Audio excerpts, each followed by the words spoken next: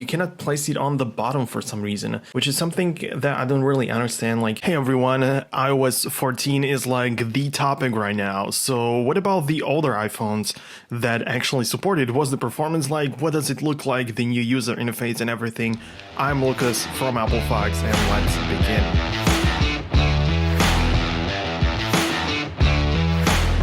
So right now you can see I have the iPhone SE first generation right in front of me on the table. This is one of the oldest devices that support iOS 14.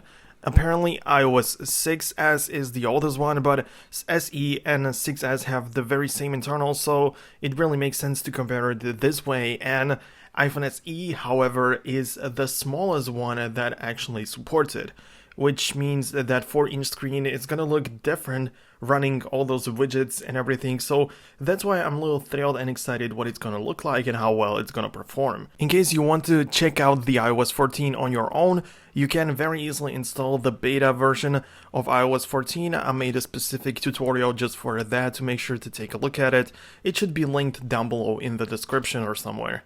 And speaking of first beta, let's just install it on this device.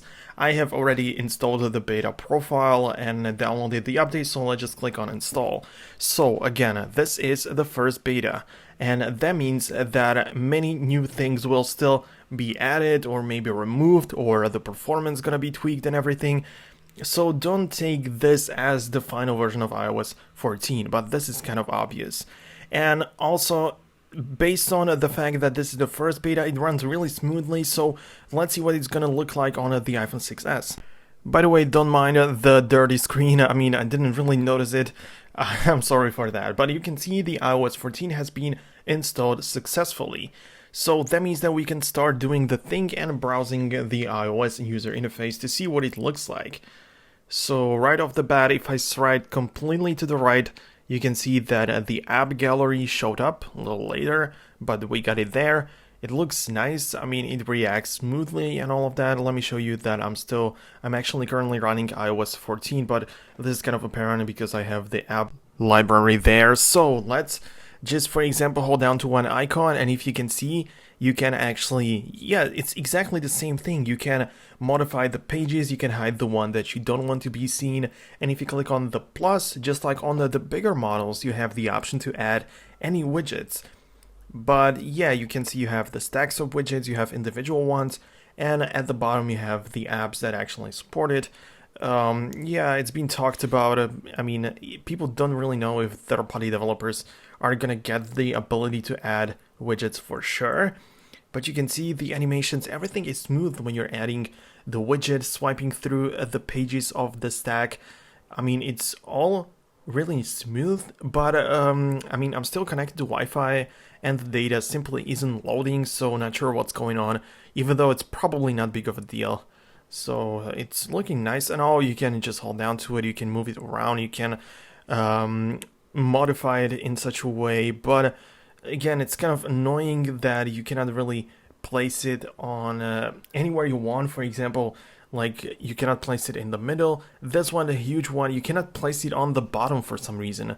It just looks weird. I mean, it would be completely normal if you ask me. You just can't put a row of apps in between the widgets, which is something that I don't really understand. Like, of course, Apple added more options with this, so definitely have more freedom than in iOS 13, but yeah, it's just, yeah, you can put it on the right for some reason. You can see what's going on with my screen. Not sure if it's the first beta doing the buggy stuff, or if it's actually going to stay like this all the time.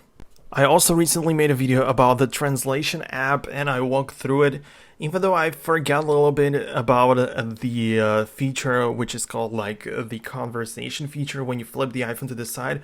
So let me show you what it looks like right now. I mean, I already have iOS 14 running in front of me, so let me just try it out. You can see that the interface looks a little different when you flip the phone sideways, and you have these like two languages that show up and a microphone button, and in each language that you chose, it tells you to click on the microphone button and start talking. And it doesn't matter which language you start with, it's going to try to and actually translate to the different language. It usually doesn't have a problem to translate like a short sentence or a couple of words. I mean, yeah, it's just gonna stop and translate it to that language. But if you would like to say like a longer sentence or like two sentences even, it's just gonna stop you and it's not going to translate the entire thing. I mean, it's not going to catch it.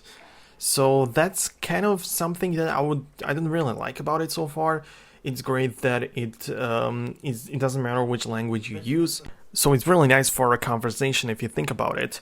And what's also nice about this feature or this app is that you can, of course, play out loud the translation, but again, only the translated text. So not the original thing that you say. This cannot be played out using the speaker. You can only play the thing that it's translated to.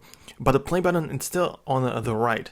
So I think it should be placed on the translated sentence, so either on the left or on the right. It's not the thing, it's always on the right, it's always on the same spot. And the same thing for the full view of the sentence. You can click on the other button, and this is going to bring up a little blue background and white text of the translation again. But like I said, it won't be able to display the thing that you said or typed in, only the thing that the app translated, like the end result. So this is what it looks like. This is how you can use it as of right now in the first beta. And when it comes to the performance of the first beta of iPhone SE first generation, I have to say that it works really well. I apparently just installed it and I cannot really tell what it's gonna do in different extensive tasks, but for like normal using, I haven't really noticed any bugs whether running this iPhone SE or the iPhone 8, which I have like also iOS 14 installed on. So overall, it's a stable first beta, and I'm really excited for the next new features or things that Apple is going to add in the second and the additional beta versions. I'm really excited about it, and if you are too, and if you don't want to miss the next videos and all of the new features, make sure you subscribe to the Apple Fox channel, and make sure you never miss anything important in the future.